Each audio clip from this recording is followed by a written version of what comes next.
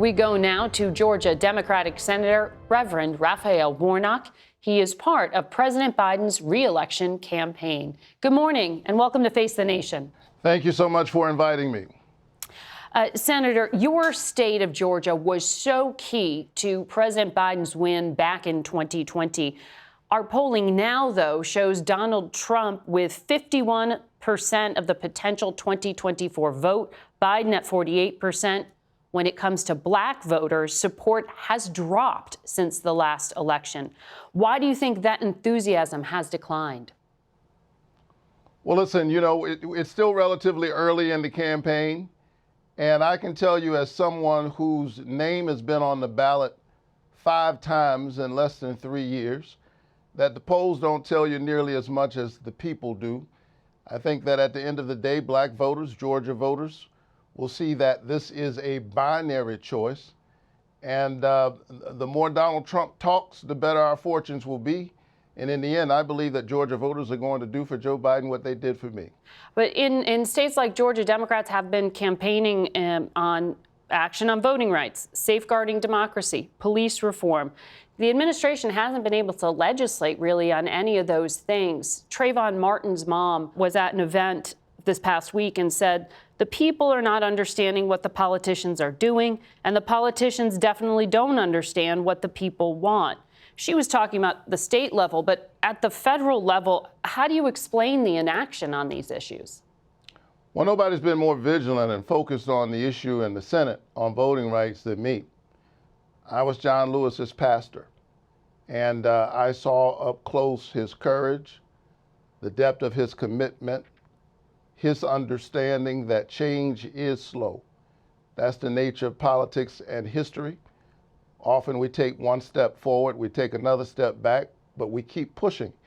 And in a real sense, it's the history of this country. There are moments when the democracy expands. There are moments when it contracts. And a Donald Trump Part 2 would represent a contraction that we cannot bear. When we think about the threat on voting rights, the threat on women's reproductive rights, their ability to decide what happens to their own body. And so we remain vigilant. You have been outspoken on the issue of the humanitarian crisis in Gaza. According to CBS polling, it is 61% of black adults polled by CBS say Biden should encourage Israel to decrease or stop military actions. And the feelings are really strong, particularly among younger voters. Recently, we also saw 1,000 black pastors from congregations across the country issue the demand for a ceasefire. Sir, of all the issues facing the black community, why do you think this particular one is resonating in the way that it is? Well, we in the African American community understand human struggle. We know it when we see it. And I called for a negotiated ceasefire just a couple of weeks ago on the floor of the United States Senate. Look, the state of Israel is our ally, and they are our most important partner in the Middle East. But right now we are having an important conversation about principles, about American values. In a real sense, that's what's at stake. We cannot forget about the awful attack of Hamas on October 7th against innocent people, including Americans.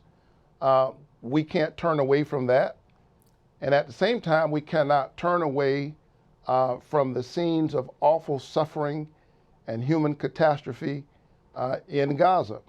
And so we will continue to fight for a negotiated ceasefire.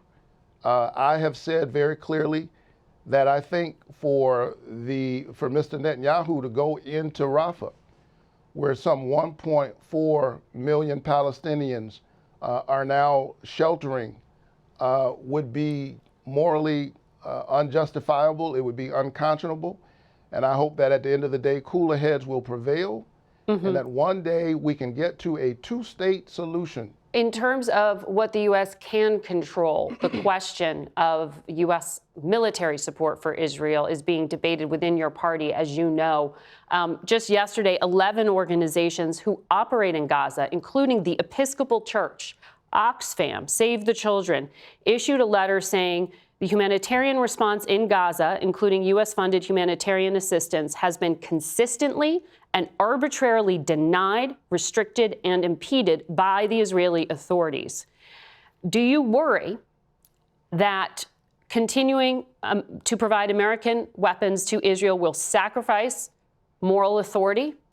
And do you believe that the Biden administration should suspend arms transfers?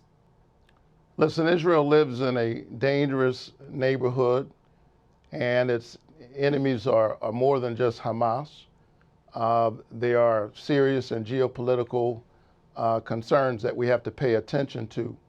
But look, we can walk and chew gum at the same time. We can be consistent in our support of Israel's right to defend itself, and at the same time be true to American values and engage this catastrophic humanitarian situation that's on the ground.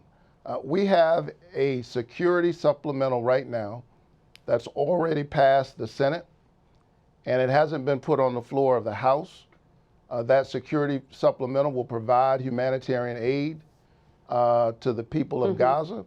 It will support our partners in the Indo-Pacific arena. Yes. And it will also check Russian aggression in Ukraine. Okay, but I hear you stopping short of saying it should stop transfers. 17 Democratic senators have said the administration should reject Israel's claims that it's not violating international law. You're not comfortable with that statement? I am saying that we have to continue to engage our partner and to ensure that humanitarian aid gets to the people of Gaza. Yeah. And ultimately, we need a ceasefire. Okay. Sir, I know it is Palm Sunday, and you will be headed to church and to preach today. Thank you for sharing your time this morning with us.